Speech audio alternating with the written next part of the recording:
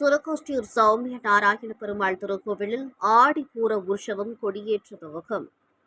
சிவகங்கை மாவட்டம் திருப்பத்தூர் அருகே திருக்கோஷ்டியூரில் அமைந்துள்ள 108 திவ்ய தேசங்களில் ஒன்றான புராண சிறப்புமிக்க ஸ்ரீதேவி பூதேவி சமேத ஸ்ரீ சௌமிய நாராயண பெருமாள் திருக்கோயிலில் திரு ஆடிப்பூர உற்சவ திருவிழா இன்று கொடியேற்ற வைபவத்துடன் தொடங்கியது.